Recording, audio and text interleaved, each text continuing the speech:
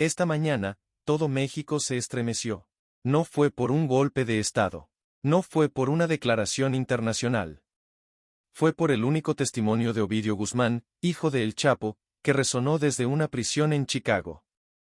Harfuch, en coordinación con la Sedena, leyó directamente la orden de aprehensión contra Rubén Rocha Moya, actual gobernador de Sinaloa. Y esto no fue simplemente una detención, fue una redada al centro del sistema de poder nacional. En la mansión de Rocha, no solo lo encontraron a él. Confiscaron $501 millones en efectivo y 1.293 archivos clasificados, documentos capaces de voltear por completo el mapa presupuestario nacional. Todo comenzó con un solo testimonio, una frase susurrada desde una prisión en Chicago por Ovidio Guzmán, alias, El Ratón. Y ese solo testimonio fue suficiente para fracturar el sistema político estatal, capa por capa, desde la oficina del gobernador hasta los bancos falsos del cártel. Porque si un gobernador también era quien diseñaba y dirigía la operación del cártel, entonces, ¿quién está realmente manejando este país? Harfuch está desmontando cada capa, por el futuro de un país llamado México. Rocha no era un funcionario de bajo nivel. Era el hombre que redactaba el presupuesto que aparecía en televisión nacional, elegido con el mayor porcentaje en Sinaloa durante casi 2 décadas, y que alguna vez declaró, «Yo no estoy involucrado en el crimen». Justo después de esa afirmación, el Tribunal Federal emitió una orden de arresto sin derecho a fianza. Lo que siguió fue una operación de captura de alta velocidad, coordinada entre la FGR, Sedena y la DEA.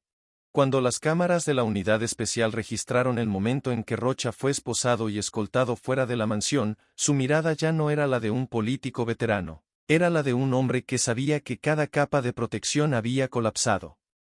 Ya no hubo especulación. No más periodismo de investigación. No más debate político. Con una sola frase de El Ratón, el sistema subterráneo que lubricaba el poder en todo un estado quedó expuesto. La residencia de Rubén Rocha Moya, ubicada en lo alto de una colina al oeste de Culiacán, antes llamada por los medios, la Casa de la Modestia Política, dejó de ser símbolo de éxito administrativo. Esa mañana, se transformó en la escena del crimen más grande de la historia judicial reciente de México.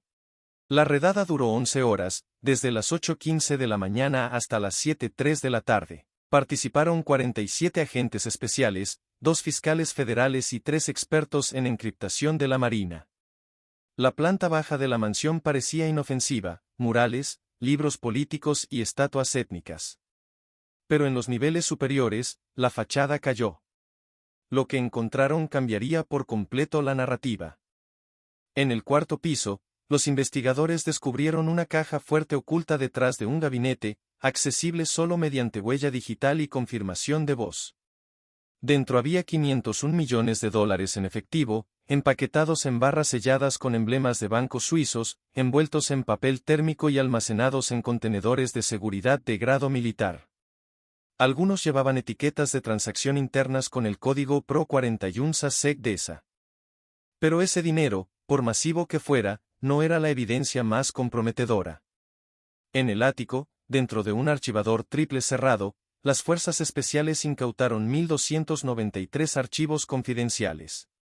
Entre ellos, 62 contratos sin licitación desde 2021 hasta 2024, 14 hojas de cálculo de presupuestos de contingencia para programas de desarrollo rural y 71 memorandos internos marcados como «no para difusión». También hallaron 7 memorias USB encriptadas que contenían datos bancarios en las Islas Caimán, Panamá, Belice y Zúrich. Una de ellas, al ser probada en una terminal segura de la FGR, reveló una interfaz de encriptación de nivel bancario suizo. El código de acceso había sido dejado por alguien bajo el alias Romo GMX6, y al desbloquearla, lo que apareció no fueron simples cuentas, sino comandos de transferencia de fondos hacia direcciones IP en Ciudad de México, Chicago y una notaría en Mazatlán. Menos de 4 horas después de la desencriptación, un analista de inteligencia confirmó lo impensable: aquello no era solo un caso de lavado de dinero. Era un sistema completo de legalización financiera que operaba para toda la economía subterránea del CCOAN en Sinaloa. Un sistema disfrazado bajo la fachada de programas de bienestar social, financiado legalmente y firmado con la pluma del propio gobernador Rocha. Cuando la unidad de inteligencia financiera cruzó los datos de las memorias USB con los registros presupuestarios hallados en la residencia, emergió un mapa financiero detallado, no de un individuo, sino de toda una red estructurada como un ministerio paralelo. Se identificaron 32 empresas fantasma operando en sectores como salud pública, educación rural, agricultura orgánica e infraestructura. Todas fueron creadas entre 2021 y 2024, con los mismos representantes legales, direcciones idénticas y cuentas beneficiarias clonadas.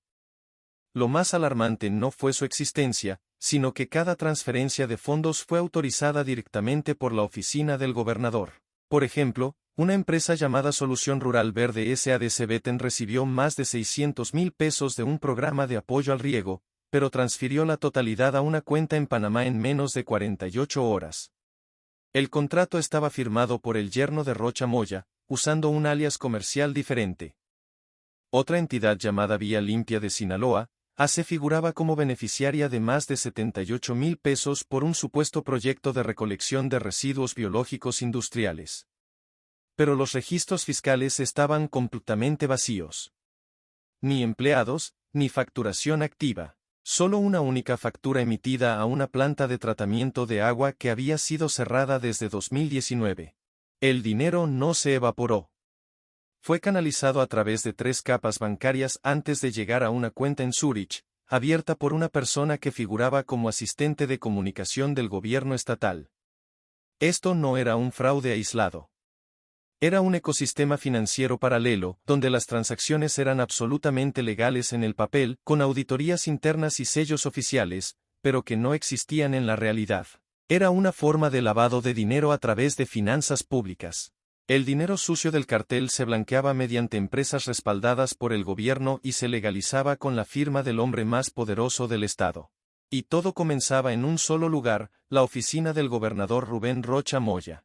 En medio de los cientos de documentos incautados en la residencia, los agentes encontraron una pequeña maleta verde musgo. No tenía etiquetas ni marcas externas. Su estructura era de latón con doble revestimiento ignífugo. A simple vista, parecía irrelevante, pero su interior contenía el corazón oculto de toda la operación. Dentro había 2 carpetas clasificadas, rotuladas como verde oscuro piprulu y verde oscuro sedoenondos. No eran copias comunes. Los investigadores pronto descubrirían que esos documentos eran la arteria central de la alianza encubierta entre el gobierno estatal y el cártel de Jalisco Nueva Generación. Cada carpeta tenía más de 300 páginas, llenas de actas internas de reuniones a puerta cerrada entre asesores del gobernador y representantes del cártel. En la portada de la carpeta número 1, había una nota escrita a mano: no discutir por correo electrónico. Llevar solo copias impresas. No guardar en la oficina principal. La caligrafía fue verificada, era de Rocha Moya. No había lugar a dudas. El contenido detallaba un plan llamado Transformación de Inversión Segura, que explicaba cómo fondos ilegales podían infiltrarse en el sistema presupuestario a través de programas de desarrollo rural y gastos de emergencia durante la pandemia. Pero el verdadero impacto estaba en la segunda carpeta, rotulada como Se Cogemos. En su apéndice final, los investigadores encontraron 72 fotografías a color que documentaban reuniones secretas. No eran rumores ni capturas borrosas. Eran pruebas directas, encuentros realizados en hoteles, salas privadas y hasta dentro de la oficina del gobernador. En varias de esas imágenes aparecía Rubén Rocha Moya. A su lado, 3 individuos actualmente buscados por la DEA, entre ellos Juan Carlos El Garrobo, es gerente del principal centro de tránsito del CJNG en Tamazula, Durango. Cada foto incluía pies de foto manuscritos con hora, ubicación y contenido discutido. Una de las fotografías estaba marcada como Dossier Luna. En ella, se detallaba un acuerdo formal, protección garantizada por 6 años a cambio de $320,000. En letras claras se leía: el contrato no puede romperse. No eran especulaciones. Era un pacto político criminal, documentado, firmado, y guardado dentro de la residencia privada del funcionario estatal más poderoso de Sinaloa. Entre los documentos encriptados incautados del servidor auxiliar, escondido en el sótano de la mansión, los agentes encontraron un archivo de Excel sin título. Estaba protegido por una triple capa de contraseñas y solo pudo abrirse cruzando su clave con la memoria USB marcada como Romoas 4C, pero lo que reveló no fueron transacciones bancarias. Era algo mucho más profundo. El archivo contenía una lista con 412 nombres. Cada fila incluía un código de identificación, alias interno, número de cuenta, cargo actual, fecha de activación y una última columna titulada simplemente, compromiso. No eran solo contactos. Eran piezas del engranaje. Al menos 19 personas en la lista ocupaban cargos activos en administraciones estatales y federales, 3 jueces federales en la región noroeste, 2 legisladores en funciones del partido gobernante, una directora de adquisiciones de infraestructura educativa en Sinaloa, un jefe de comunicaciones del gabinete y 7 presidentes municipales. Muchos de ellos habían sido fotografiados junto a Rocha Moya en ceremonias oficiales. Ahora estaban identificados como parte de una red política de protección cruzada. No recibían efectivo directo. Todos los pagos estaban encubiertos bajo conceptos como honorarios de consultoría, presupuestos de investigación o patrocinios mediáticos. La columna, compromiso, indicaba, asegurar apoyo en caso de crisis de información o reestructuración de poder. No contactar si cambia la situación de seguridad. La ironía era brutal. Muchos de los nombres en esa lista habían aparecido públicamente como opositores del crimen organizado. Uno incluso había acusado a Arfuch durante una audiencia por violaciones a los derechos civiles. Pero los datos lo desmentían todo. Todos, sin excepción, habían recibido transferencias bancarias provenientes de las mismas empresas fantasma, las que ya habían sido confirmadas como parte de la cadena de lavado del CCOANGA a través del presupuesto estatal. No eran montos exorbitantes ni pagos únicos. Eran estructuras de financiamiento dosificadas, diseñadas para mantener el flujo constante y sin levantar sospechas. Los conceptos eran pulcros: estudios regionales, campañas de salud, monitoreo ambiental. Pero el dinero seguía siempre la misma ruta, salía de una cuenta estatal, pasaba por 3 capas contables y aterrizaba en cuentas privadas cuidadosamente blindadas. Adjunto al archivo, había una tabla manuscrita escrita con tinta azul. En la última línea se leía: todos los canales de contingencia están establecidos. En caso de interrupción, los pagos anticipados no afectarán la cadena principal. Ya no se trataba de saber quién había recibido dinero. La pregunta era mucho más inquietante: ¿cuánta parte del aparato gubernamental funciona hoy con anticipos del cartel? Dentro del informe interno de la Unidad de Inteligencia Financiera, un diagrama resaltado en naranja intenso captó toda la atención. Estaba etiquetado como Ruta Social F721. A diferencia de las demás rutas de lavado, esta no conectaba con empresas de construcción ni clínicas médicas. Trazaba una cadena de 11 centros culturales comunitarios, 7 casas de cuidado para ancianos y 4 escuelas vocacionales gratuitas, todos inaugurados por el propio gobernador Rocha Moya entre 2022 y 2024, con actos públicos, conferencias de prensa y cobertura mediática. Pero cuando la Fuerza Especial, en coordinación con la DEA, inspeccionó 3 de estos lugares de manera aleatoria, el resultado fue inequívoco. No había registros escolares. No había docentes ni personal de salud. No había estudiantes ni pacientes.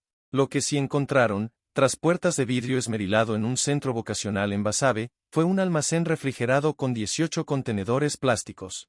Dentro, equipo industrial para procesar fentanilo, paquetes farmacéuticos sin marca y químicos en polvo no identificados. La casa de retiro en Mazatlán, alguna vez inaugurada por Rocha Moya ante decenas de reporteros, escondía un pasaje oculto detrás del salón principal.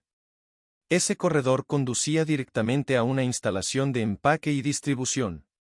Allí, las autoridades encontraron más de 9.000 blísteres de medicamentos imposibles de rastrear, codificados con marcadores QR internos y sin ninguna regulación sanitaria vigente. La conexión se volvió imposible de negar cuando los datos del apartado 5 del informe, la lista de financiamiento político, revelaron que al menos 6 de los nombres involucrados habían firmado personalmente los presupuestos para esos centros. 3 de ellos, además, tenían control administrativo en regiones con actividad cultural inusualmente intensa. No era casualidad. no era corrupción ordinaria. La red de Rocha Moya había ido un paso más allá, había transformado el sistema de bienestar social en una tapadera perfecta para una cadena logística de fentanilo a nivel estatal. Cuando los espacios destinados a cuidar ancianos, capacitar a los pobres y alimentar la esperanza se convierten en puntos de partida para envenenar al país, el daño ya no está solo en los números. Está en el alma del sistema. Y lo que llevó a Arfuch a escalar la investigación no fue solo la droga, ni los centros fantasmas, ni los contratos sin licitación.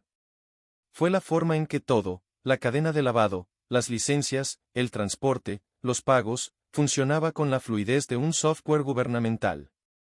En una sala lateral del segundo piso de la mansión, los investigadores descubrieron un servidor en miniatura. No estaba conectado a Internet pública, pero emitía señales internas a 11 direcciones IP estáticas, todas registradas a nombre de departamentos del gobierno estatal, planeación, desarrollo rural, proyectos especiales. Cada vez que se activaba una de esas IP, coincidía con una aprobación presupuestaria anómala ya detectada por el sistema de la UIF. No había necesidad de correos electrónicos ni órdenes impresas. Solo se requería un comando interno, una transmisión de datos cifrada, y el dinero se canalizaba a través de los centros culturales como cobertura.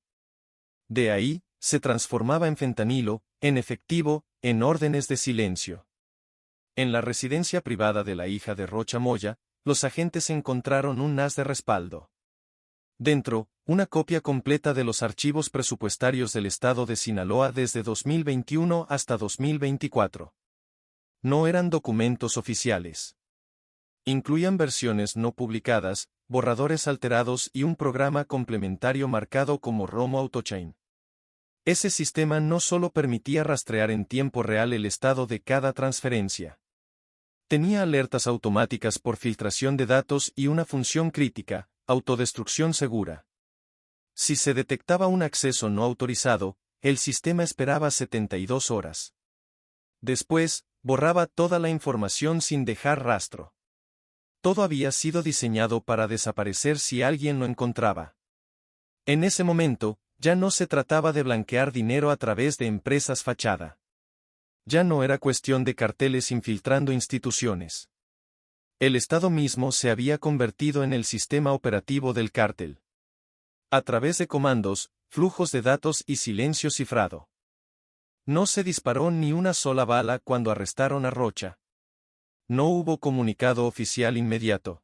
Solo horas después, cuando se filtró un fragmento del testimonio de Ovidio Guzmán desde el Tribunal Federal en Chicago, el sistema político de México entero quedó congelado. Ovidio no dijo mucho, pero cada palabra fue un clavo de acero hundido en los cimientos del Estado. Dijo que el presupuesto de Sinaloa no se construía desde el Congreso, ni desde la Secretaría de Finanzas. Se construía desde un escritorio oculto, en una oficina sin cámaras, detrás de una puerta cerrada. Cuando le preguntaron si se refería a alguien en particular, Ovidio sonrió. Rocha. A él nunca tuvimos que explicarle nada. Solo bastaba un resumen manuscrito. Arfuch recibió esa transcripción a las 3:47 de la madrugada, minutos después de una confrontación a puerta cerrada. Y con esa sola frase, la orden de cateo que antes estaba detenida por falta de vínculo legal fue elevada a nivel de emergencia nacional. Las agencias de inteligencia ya no lo veían como un político cómplice.